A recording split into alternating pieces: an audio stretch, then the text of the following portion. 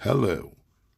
If you are a Zippo collector and you look for Zippos all the time, undoubtedly you have seen thousands, maybe even millions of these Sailor Jerry Lucky Zippos.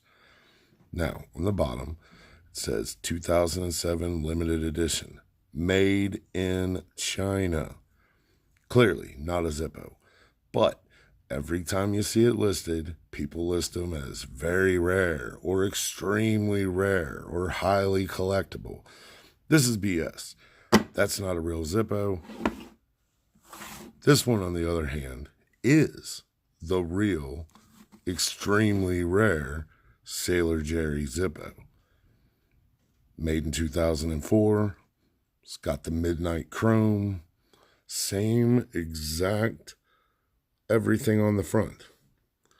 But this one is legit.